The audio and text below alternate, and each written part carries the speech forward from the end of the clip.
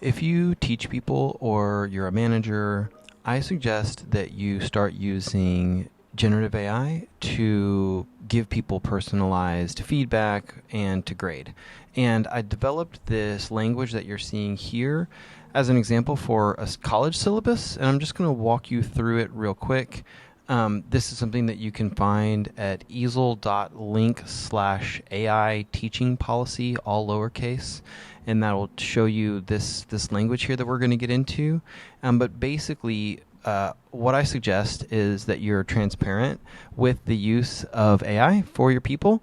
I think that honestly, it's going to create a conversation that you want to have, and in general, I think that people will like to know what's going on. And actually, something out of the research is that people actually trust basically algorithmic driven recommendations more than they trust human ones, which is interesting. And I would argue that AI generated feedback is definitely in that category, right?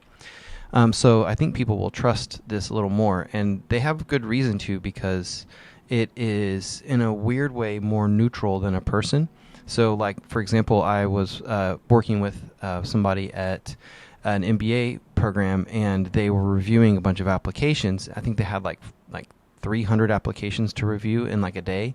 I mean, I think that it's hard to argue that the first application review is going to get the exact same review experience as application number 298, because humans get tired. And so there's all sorts of arguments to be made for how AI is actually a more equitable way to give feedback.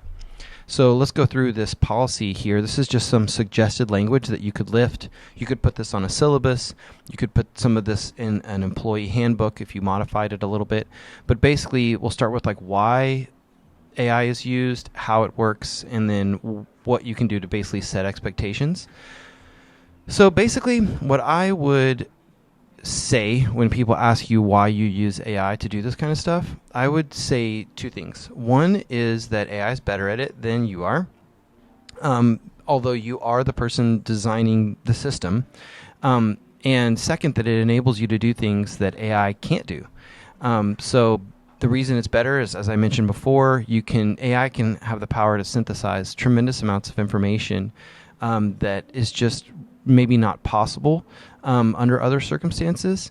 And then second, it frees your time. It frees your time up to have one-on-one conversations, to collaborate, to make people feel heard and seen, and to give them personal attention.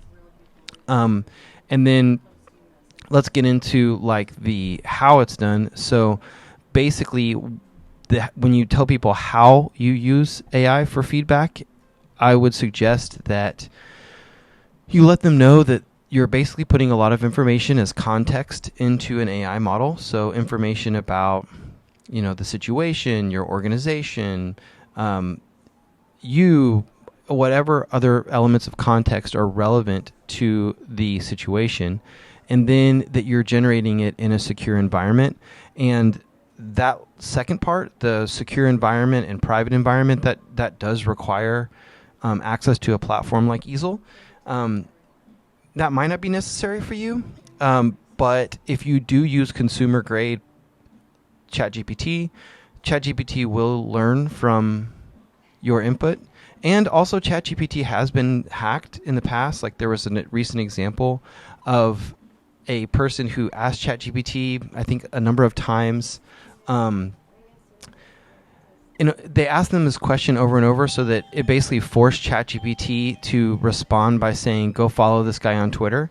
Anyway, it's just to show that like the consumer grade ChatGPT is maybe not professional grade, and it's definitely not secure and private. So it will learn, and most of these AI platforms, to my knowledge, will learn from what you ask it.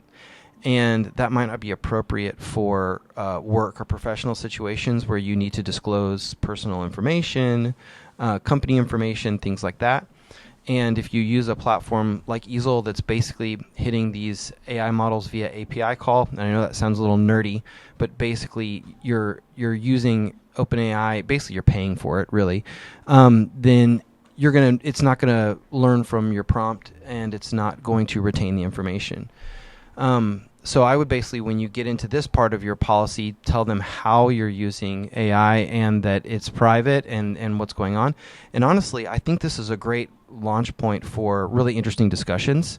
And that kind of gets into the last point here that, one thing that is a little different about AI systems than more traditional technology systems is that because AI systems are basically built on prompts, the prompts can evolve over time, and they should evolve over time. And it's worth noting that little changes to prompts can make a pretty big difference. So, for example, especially like if you learn any of the prompt engineering stuff from Eazl, I talk a lot about the instructions part of your prompt, where you tell the prompt how to behave, or you really tell the AI model how to behave. And so if you change something, like you say, hey, use maximum of 3 sentences in a paragraph, and you change that to 5 sentences, the AI will follow your instructions to the letter. And so you can, over time, you will build refined AI systems, but that will mean refining your prompt, which honestly I think is a great opportunity to invite your stakeholders in to discuss the prompts themselves, discuss the information that is being used to generate the feedback. For example, in a work situation, this could be performance reviews, it could be company strategies, it could be results in an academic situation, it could be the voices that are considered when you're doing something like giving writing feedback. Like, for example, maybe there's a new writing style that the AI is not that aware of that represents an underrepresented community. Well, put that in your context. As you know, if you've been following my content at all, these AI models can handle 200 pages of text, basically, when you go in and ask it to generate for you. So it can handle quite a lot of information, and you can absolutely evolve these prompts to include more information, and you can discuss how that information is there, why it's there, and I think that will lead you to some really rich, interesting discussions. So anyway, if you want to use this language for your work, you're welcome to do that. You can go to eazl.link/AI teaching policy.